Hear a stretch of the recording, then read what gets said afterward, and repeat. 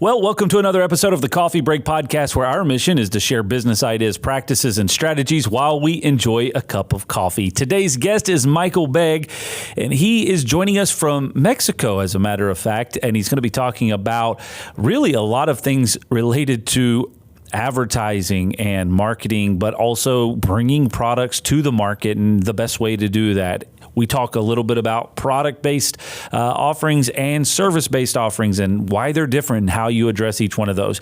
Very informative conversation. Great takeaways. So grab a notebook because he's going to give you some tactical things, some things that you're going to want to keep in mind and be aware of as we go through the conversation. Recently, I got a message on LinkedIn from one of our listeners that said that they really enjoy the rapid-fire questions. It's one of their favorite segments of the podcast, and they learned something from each one of them, and they actually gave me a score of 17,532 points, which is amazing. So I appreciate it. Thanks, Jeff, for the high point value. I'm not sure exactly what I did to earn it, but hopefully we can repeat the process. We'll jump into rapid fire right after this. So grab a cup of coffee and join us for the conversation. We got so much to say. We got a podcast to make. We're sipping on lattes, and it's time for a coffee break. It's time for a coffee break. Oh, yeah. All right, well, welcome, Michael, to the podcast. We're excited to have a conversation with you today. And as we do with all of our guests, it's rapid fire. 5 randomly selected questions just to get under your skin with unknown point values. So are you ready? I'm all set. Chad, thanks for having me here. So let's get started. Which actually, a fun fact is we're getting started. I think so. You are our first guest that is coming to us from Mexico. We've had guests from Canada, and we have had a guest in Germany, and then a lot in the States. But first from Mexico, so congratulations there. We'll give you extra points for that. All right, awesome. All right, so first question. Well, this is a part to a question. Do you have siblings? I do. I have one sister. Okay. So here's question number 1. What is the worst thing that you ever did and pinned it on your sibling? Oh, wow. That's a bad one. Unfortunately, as a child, I was a little mischievous. Yeah. My sister she didn't really learn to speak until she was about 3. So when things happened at the household and I was little, I was about 6, everything was kind of blamed on her because she couldn't defend herself. Well, that's kind of rude. That's kind of rude. All right. Number 2, what show have you binge watched on Netflix embarrassingly fast? Ooh, a lot of them. It's been a long 2020. The one that I watched recently very fast was Vikings. I went through that in about 2 weeks. Vikings. All right. Yeah. I've never seen Vikings. Have you watched Ted Lasso? I have not. It's actually pretty good. I think it's on the Apple TV deal. Anyways, it's a very good series. It's got a lot of good takeaways on teamwork and leadership and everything. It's pretty cool. Awesome. Have to check it out. All right. What is number 3? What is the craziest thing on your bucket list? The craziest thing on my bucket list is to do the run with the bulls in Spain, Pamplona. Yeah. I like that. That would be fun, maybe. Yeah, I mean, I think it would be fun. So as long as you survived it, then it would be really, really fun. All right. Question number 4. What is the best part of your day? The best part of my day is the morning. I absolutely love the mornings. I love waking up early. I love getting my day started. It's my favorite part of the day. Just waking up, having my coffee on the rooftop here in my office, and getting going. That's my favorite part of the day. It's not too shabby. Coffee on the rooftop. I'm going to add that on here. I think I would like to do that on our roof here, but I don't know that that is safe. So I don't know that I'll be able to replicate that, but that does sound pretty cool. All right. Awesome. And then last thing, what is giving you energy lately? What are you excited about? I'm excited about this year. I've got a lot of new projects that I'm launching. I think they're really going to take off this year. Obviously, we'll talk about it more, but e-commerce is mainly where I'm at. And we see a lot of potential in the brands we're launching.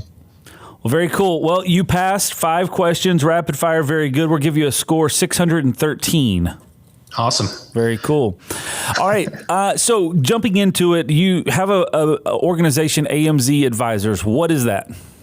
AMZ Advisors is a digital agency, and we partner with brands and manufacturers that are looking to increase their sales on the Amazon platform.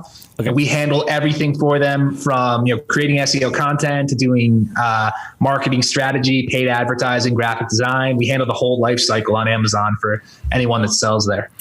All right, so SEO, paid advertising, and then selling on the Amazon platform. So let me ask you a question, and this is a very important question that I've been trying to figure out for a while. How can I get an Amazon affiliates link? I tell people to download books all the time, and I never get anything for it. It's well, it used to be straightforward. I think you can sign up for the Amazon Influencers program. No, have you tried? No, I haven't. I haven't even looked at it. I just figured somebody would give me some tips on it. Okay. What in the world brought you into the world of SEO and marketing strategies? It's something that I'm very intrigued with, but what brought you to that point of life where you said, hey, this is something I can help people with, and this is a viable business? It was just kind of a natural progression. We talked a little bit before about my background before we got on the camera. I was working at Sears. I was working in retail. I was seeing how retail was failing, and I saw the opportunity that was coming up in e-commerce. Kind of jumped into e-commerce, starting my own brands. And then once we built these own brands, we were competing with Fortune 50 companies and kicking their butts on Amazon, selling more products than they were. And we realized there was a huge demand, or a huge lack of understanding of the Amazon platform and potential demand for our service, which is kind of how we moved into it. So, my background wasn't in SEO. It wasn't in marketing. It's something that we learned building our own brands. And then we kind of turned it into a service for other companies. So experiential learning. And when you say you started brands, what kind of brands are you selling? What are the products that you're dealing with? Yeah. So we had one brand that was an art supply brand. We ended up selling that. We had another brand that was doing outdoor goods, ended up selling that as well. Right now we're working on a food brand. And when I say we, I'm talking about myself and my partners. Sure. We have another fitness product brand. And a third brand that I'm actually helping my girlfriend with is a women's apparel dress brand. Okay. So consumer products, and that would typically go through the retail environment or kind of a brick and mortar. And now you're just utilizing that Amazon platform as one of, or is that kind of your exclusive distribution partner? No, it's just one of them.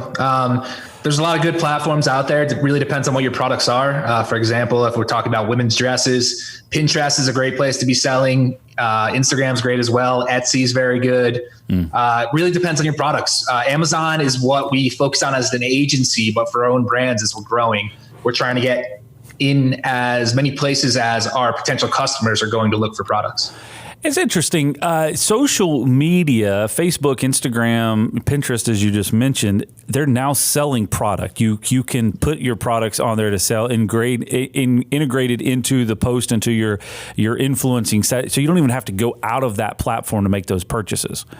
Exactly. And Pinterest, I especially love, typically because, the audience really skews towards women. So if you have a product that's targeted towards women, or that you have advertising content or marketing content that can target towards women, it's a great platform. The cost per click on the advertising is extremely low. There's a lot of good ways to get traffic and sales through the Pinterest platform. It's one of my favorites. Okay, I'm going to challenge you on a couple of things here, because we may start talking at a very high, very high altitude here. So I want to kind of break that down real quick. So cost per click, you just mentioned that. For those that may not be familiar with what that is and why it's applicable, give us a quick breakdown. So essentially, your cost per click is how much you're spending to get a customer to go to whatever page it is, whether it's your own website, whether it's a checkout page, whatever it may be. So this is advertising money that you're spending. Pinterest uses a bid auction, similar to Google Ads that you might have heard of, similar to Amazon. They're all different. Walmart has its own as well. It's a second price bid auction. So whatever your competitor is bidding. So say, for example, I'm bidding 50 cents. My competitor is bidding 25 cents for a keyword click.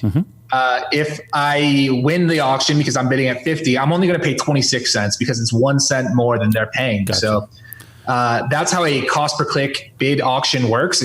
Second price auction. First price means you bid what you're saying. So if I bid 50 cents, you bid 25, I'm paying 50. Gotcha. That's kind of the difference. But if you think of it in a broader sense, your CPC is, how many clicks does it take for me to start making money from my products? And that's what you're going to use your CPC for, and determine whether the keywords you're advertising on, or whether whether it's a Facebook ad, whatever it is, whether that cost per click is worthwhile for you to actually make money in the long run. Okay, so cost per click is something that is always been intriguing to me because of all the variables. And what you just described sounds a lot like the days of eBay, which I know eBay's still around, but you would go in there and put your max bid, and it would automatically bid against other people, but not to the max value, just enough to outbid the previous high bid. Outside of that, understanding the cost per click across all the platforms, because you now have Google, you've got Facebook, you've got, you just mentioned Amazon if you're selling through that, you've got Instagram, you've got LinkedIn. Like there's so many different platforms, and they all have different cost per clicks, and they all have different variables. How do you navigate through all this? It gets hairy. It depends a lot on where your products are, what your goals are, what you're trying to achieve with your advertising. Mm-hmm. And, there's not one blanket answer for everything. If the best way to look at it is, if you're selling a physical product, figure out what your cost per clicks are on the different platforms. Maybe you need to do a little testing to do that. So for example, say you're paying Google $3 a click, you're paying Amazon $2 a click, you're paying Etsy $1 a click. Where are you going to get the most return on your advertising budget? Well, I can get the most clicks at $1 on Pinterest, but maybe that doesn't convert well. Yep. So it's a combination of figuring out where you can get the cheapest clicks, what clicks are going to lead to the most conversions, and then essentially funneling your advertising dollars to the platform where you're getting the best return on your money, or the best ROI. So you really have, that's the way you start. And then once you get into the platforms, depending whether it's automatic placements, whether it's, specific keywords that you have to pick that you want to advertise on, you then kind of have to determine within that platform, where am I going to spend my money on, what keywords, what targeting, whatever it may be, to get the results you're looking for. Okay, so number one, I've got to figure out what is the product that I'm offering, product or service that I'm offering, and then two, from that, it's the typical marketing scenario. Now I've got to figure out who my ideal customer is, who my ideal client is. Next, from that, I've got to figure out where that ideal client hangs out and spends money. Exactly. So figuring out where that platform is, and then from there, now I'm dialing down into. So I've determined, this is my ideal customer. This is where they hang out. This is where they spend money. So now I'm going to go towards, let's just say Google Ads, right? So Google Ads is the place that I need to spend the money at. Now I've got to determine what my budget is that I want to spend money on, and I guess what you just mentioned too that I'm interested in. This is something that I am extremely interested in, is the keyword validation. So understanding the keywords that are relevant to the customers, because I think this is something that a lot of business owners miss out on. So I'll give you the scenario, and I want you to kind of push me back on this, because when you're a small business owner, when you're intimately aware and understanding the industry that you're in, you speak. If you've heard of Donald Miller and the Curse of Knowledge, he talks about speaking on level 10. So the terms that I'm going to use based off of my business and the industry that I'm in are going to be at a level 10, but consumers are buying at level 2 or level 1. How do I figure out what those keywords are? Because we get so confused on that a lot of time, and we're broadcasting out, we're spending a lot of money on these keywords that nobody's looking at. Yeah. The biggest thing that you need to consider is whether you're selling a product or a service is you have to create some type of system to actually attribute what's happening with these keyword bids. If you're using Amazon, it's pretty straightforward. They can attribute. It's the attribution's a lot simpler. You see what keyword you're bidding on, you see how much you're spending, you're seeing what the sale is within the platform. And then you can kind of essentially determine where you're going to spend the money in the future based on the results you're getting there. If you're using advertising platforms like LinkedIn or Google or even Pinterest, it gets a little bit more complicated, because now you're talking about building an actual sales funnel and being able to track people using tracking tags or pixels through that entire life cycle. So the easiest way to do that is if you're selling through your own website, whether it be a service, whether it be a product, having a checkout page and then a thank you page. And obviously the people that reach the thank you page are the ones that purchase the product because they got there through the checkout. And now you've got that pixeled. You need to start attributing the sales, start spending money, start narrowing that way and figuring out which keyword is leading to that sale, to that person reaching my thank you page. And then again, shift your focus there. It's a lot. I mean, that was a very high level overview of it. There's a lot of aspects that go into the sales funnel. Like, how am I going to acquire this lead? Am I going to get them to, sign up for something on my website, a free ebook or some piece of content where I can get their email and then set them back into the funnel?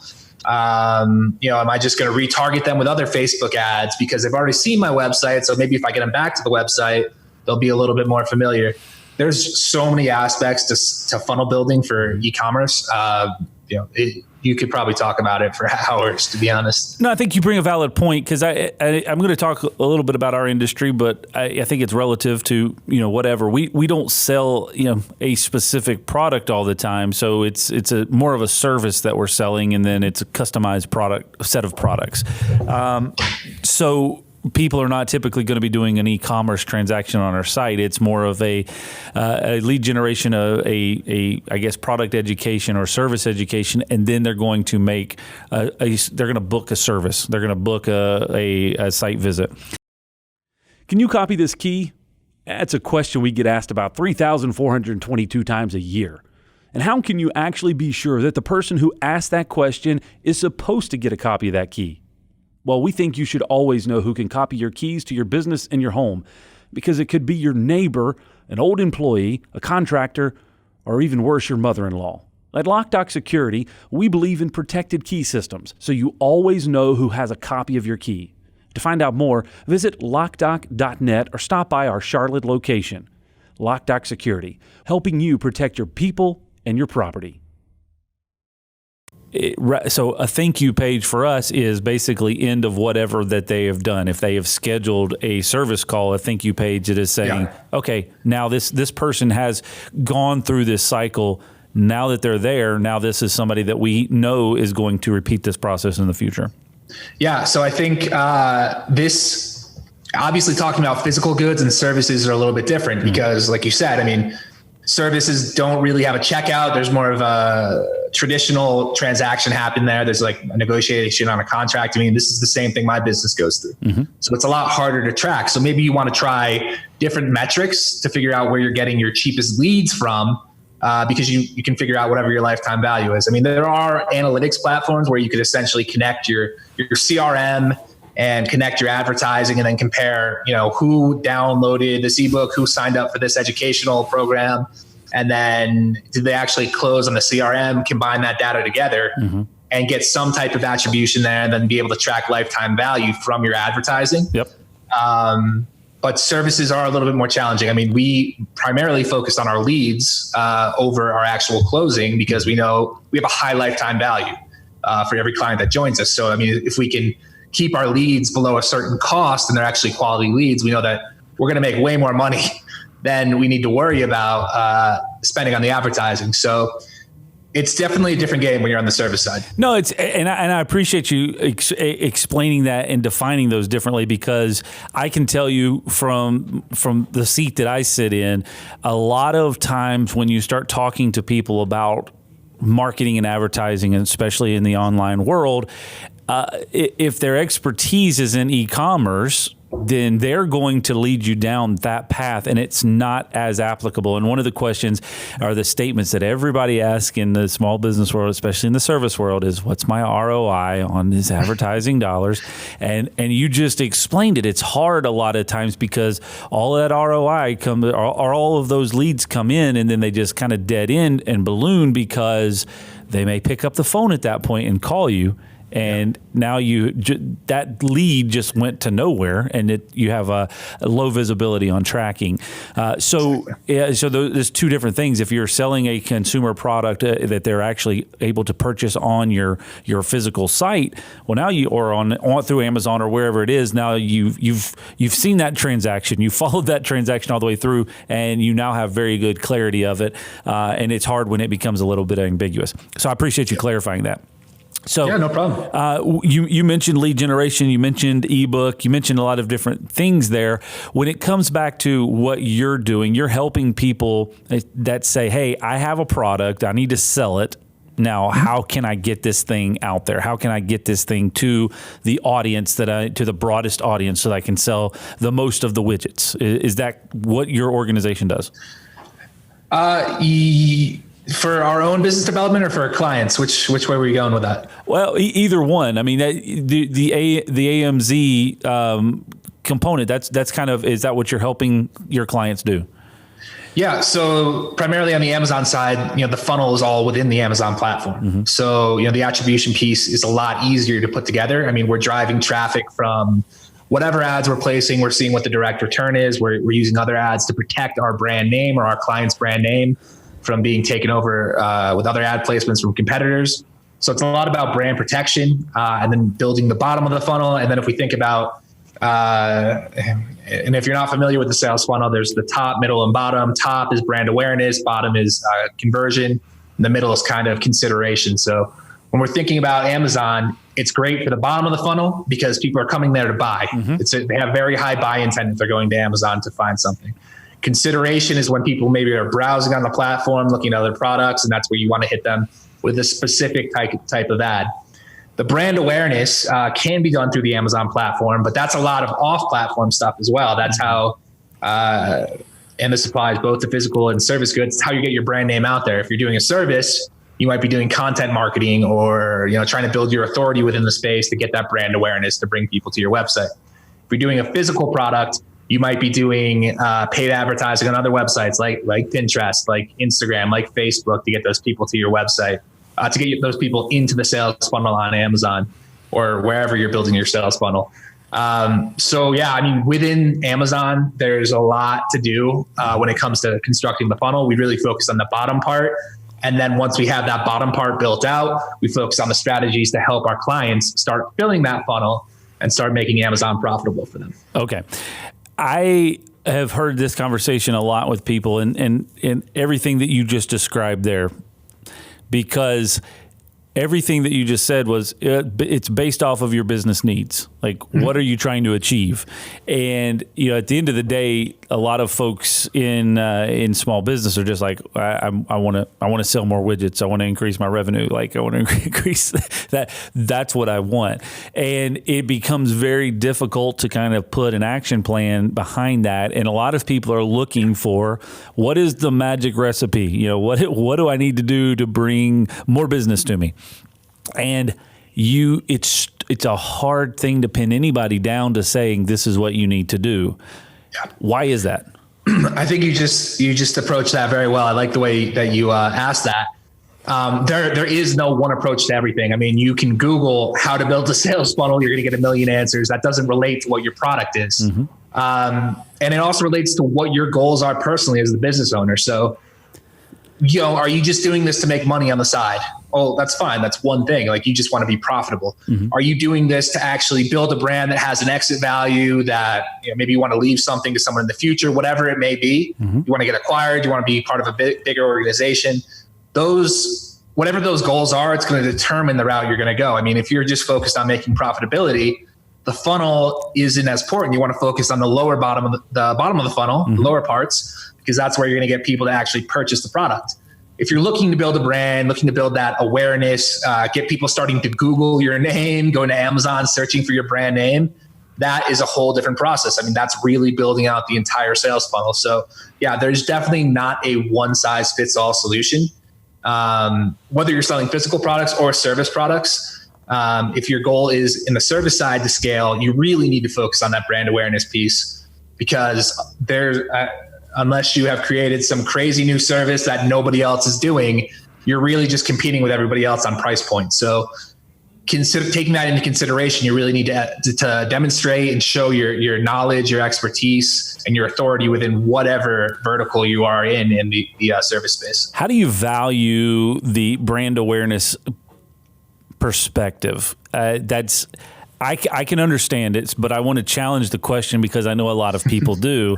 What does it matter if people know Loc-Doc security versus, security systems? They're just Googling security system. What is the value there or the difference between those two things? Well, the big value is that if you're going to try to target these people in the future, if they're a potential customer, the more that you make them aware of your name, the more that they see it, the more likely they are to buy. I think one of the studies I saw recently is that the average consumer needs to see your ads, needs to see your name about 20 times before they're actually going to purchase your product. So whatever your service is, whatever your product is, the more content you have out there, the more visibility you have on Google, on YouTube, on Twitter, on Facebook, wherever you are, wherever your customer is going to be, the more you can get content out there, the more visibility you can get. The more familiar they're going to get with your product, the more trust that's going to create, and it's going to make the sales process easier in the future. I can tell you, like, for an example, for us, we focused heavy on content marketing as an agency. Mm-hmm. We started early. The results early are not great. It takes a while, but now we get 30,000 unique visitors a month to our website, and we get 150 leads or more for free. Mm-hmm. And what's the ROI on free leads for however long? People can find our brand forever. We keep getting people in. We don't even do outbound. Literally all our leads are inbound. Yeah. So it's just phenomenal from content marketing. Well, it's a good place to be at.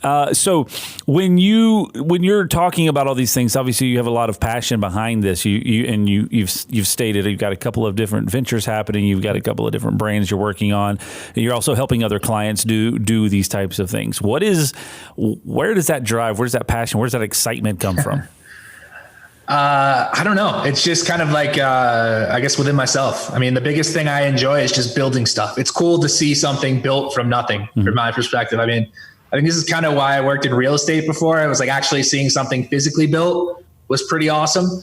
This is a little bit different in that, everything's digital. Everything is, pretty much remote. Mm-hmm. I don't have a physical building I'm building, but watching my clients go from, $10,000 a month to $350,000 a month in sales, or watching my brand go from $10,000 a month in ARR to $150,000 a month in ARR. That's so exciting. It's so cool to build something with your own hands, to have that own experience. You learn so much from it, and like the knowledge I have now from building my own businesses and helping other people build their businesses compared to when I was starting out. I mean, it's just a massive gap, and it's just awesome learning. Figuring out all this stuff, learning from other people that have made mistakes before. I really enjoy it. So it kind of goes down to this fact of, all right, we want to see something come to life. Yeah. And we have some of these fundamental principles, these things that we know work, but there's not a one fit all solution. So we've got to kind of put a couple of pieces together, try it and see the results, and tweak and make adjustments accordingly. Exactly. I think that's all part of it. I mean, again, this is another thing that I believe having a good product is extremely important, whether it's a physical product or a service.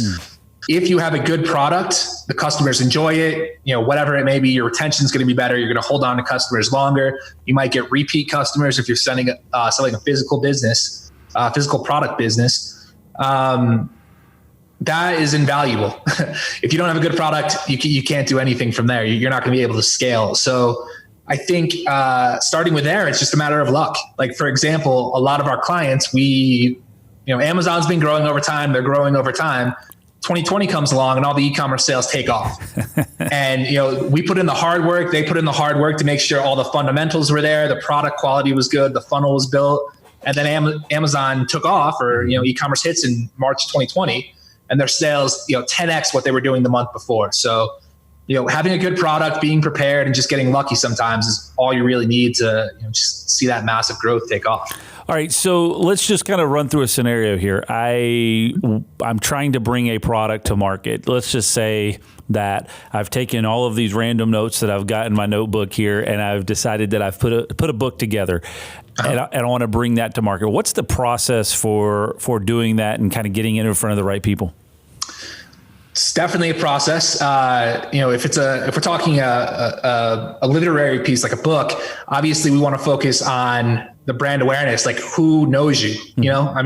This is the exact example, kind of a crossover between the service space and the physical product space, is that you need brand awareness, you need authority to sell your book, because you're selling your knowledge, what you've learned. So if you don't have that authority, who cares about your book? It doesn't matter if they put it on Amazon. They're going to look for the social proof. They're going to look to see your name out there. They're going to look to get whatever free tidbits they can before that. Book promotions, the great thing there is the podcast circuit. If you can get on a podcast circuit, get your name out there, explain your knowledge, talk about what you're doing with the book. That's a great way to start building it. Content marketing apart from that, getting onto other websites where they're doing book reviews or they're listing influential books, things like that. That's going to get more traffic to wherever you're trying to send them.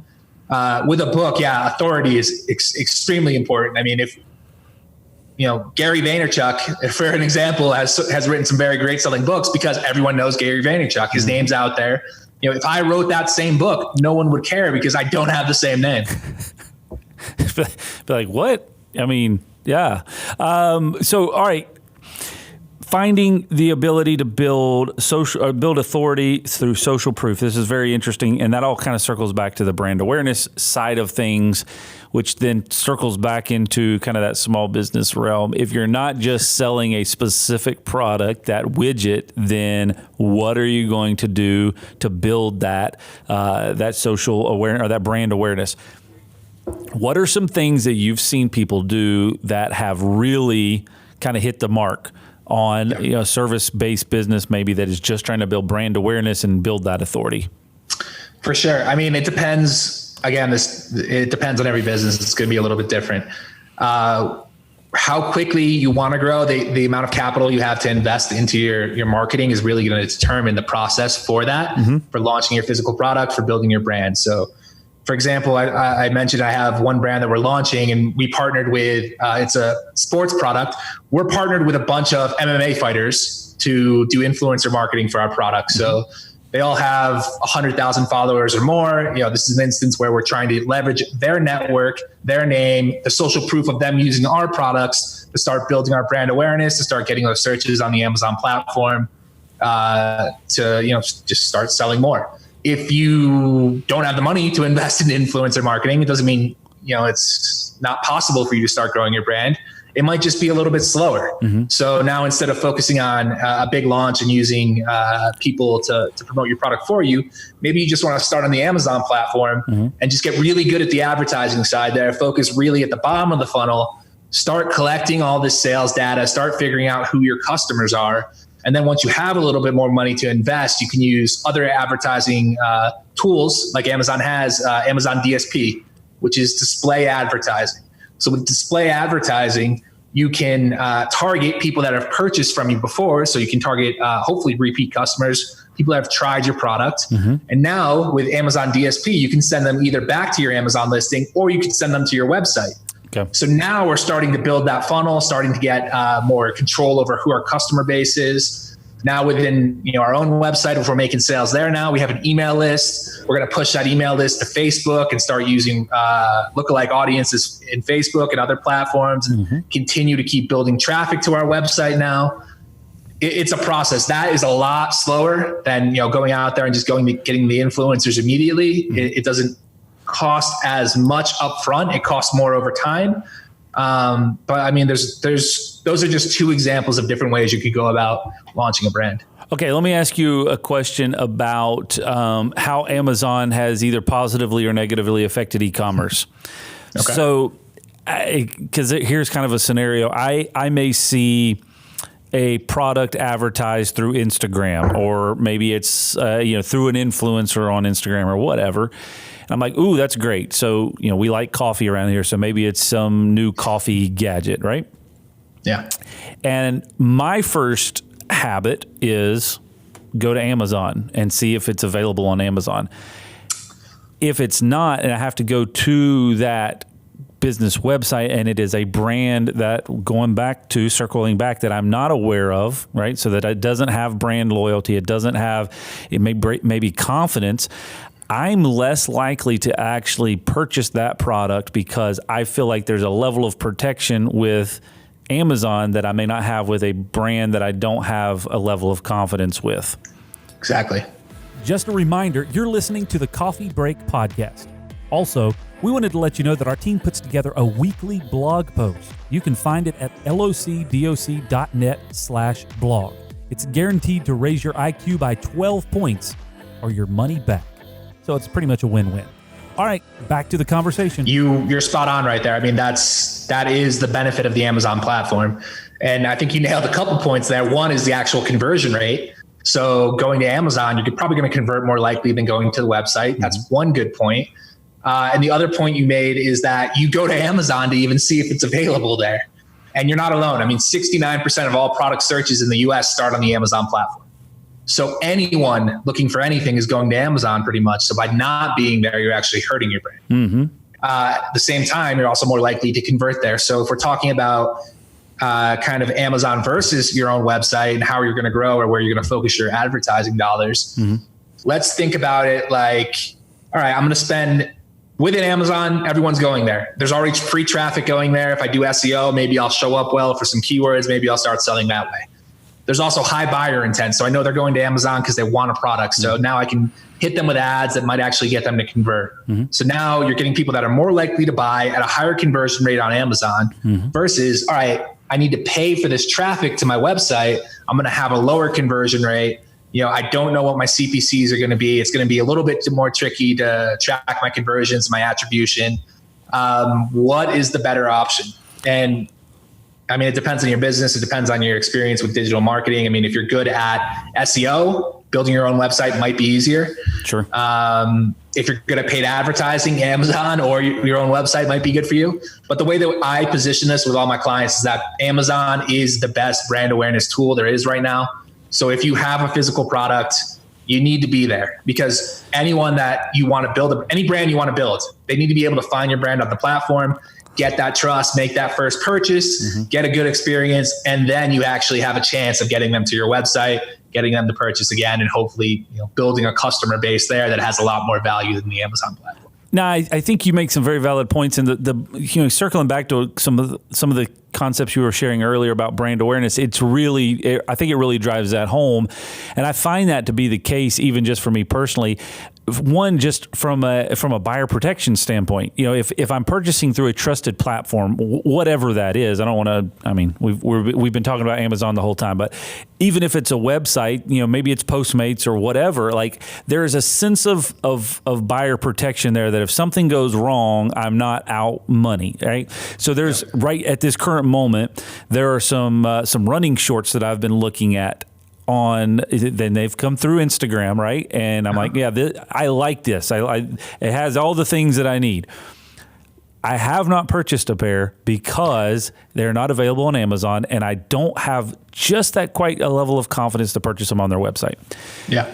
So how long is it going to take me to get comfortable with that? How many times am I going to have to see that? How many influencers am I going to have to see that have purchased the product or shared the product to that I go, okay, I'm going to try to pull the trigger. So one, placement of where it's going to be, but two, the brand awareness, if it was already a brand that I was comfortable with, or if they had some, you know, back end, processing that I felt comfortable with, then maybe I pulled the trigger. On top of all that, even when going to the Amazon portion, they've already got my credit card on file. They've already got my shipping, like all of that. From an ease of purchasing, it's one swipe.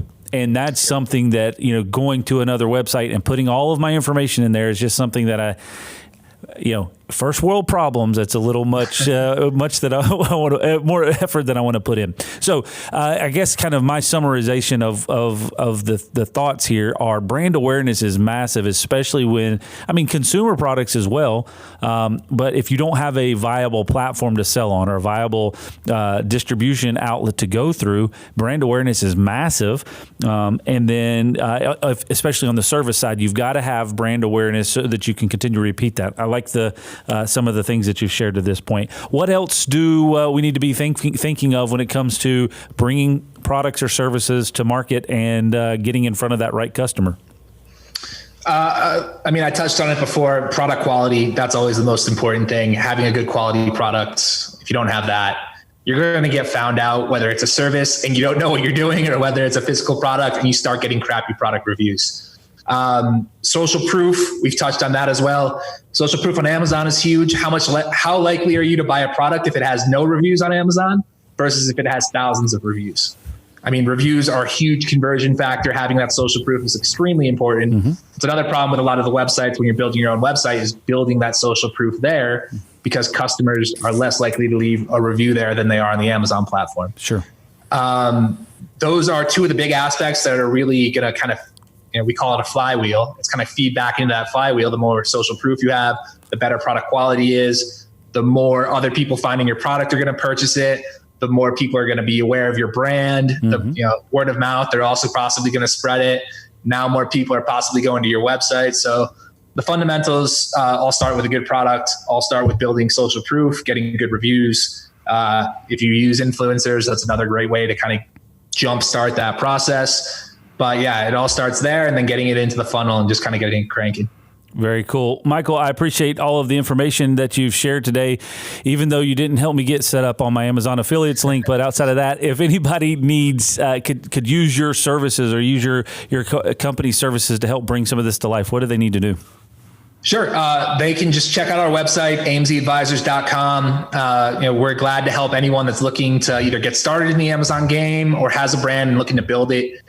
They can also reach out directly to me, info@amzadvisors.com. And I'm always available as well, just to answer questions. I mean, on LinkedIn, you can also find me, Mike Begg, or Michael Begg, I think is my name on LinkedIn. Any questions you have, anything you're looking, whether it's a physical business, service business, anything where I think I can provide value, I'm glad to help. So. Hey, Michael, thank you very much for joining us again. Man, I've got so much information here. Brand awareness. This is something that we need to double down on and make sure that we're doing a good job of that within our organization. Hopefully you had some great takeaways from that conversation as well. If this is your first time watching or listening, I've got great news for you. You can subscribe because we've got hundreds of episodes. Well, let me take that back. We have a little over 130 episodes out there for you to check out, but you can find them all at Loc-Doc.net/podcast. There's also a link over here, I believe, you can check out if you are watching this on Facebook or YouTube. We've got all of the episodes there available for you, and the links to all of those are available on our website at Loc-Doc.net/podcast. So check that out. Make sure you subscribe because we do a really good job, and it has nothing to do with me, but our team does a fantastic job making sure that there is a brand new episode available for you every Tuesday morning at 9 a.m. And I don't want you to miss any of it because we've got a lot of great stuff planned this year. So make sure you subscribe so you get the latest episode each and every Tuesday morning. Thanks for tuning in. Thanks for watching. Thanks for listening. Thanks for subscribing. And we'll see you next time right here on the Coffee Break Podcast.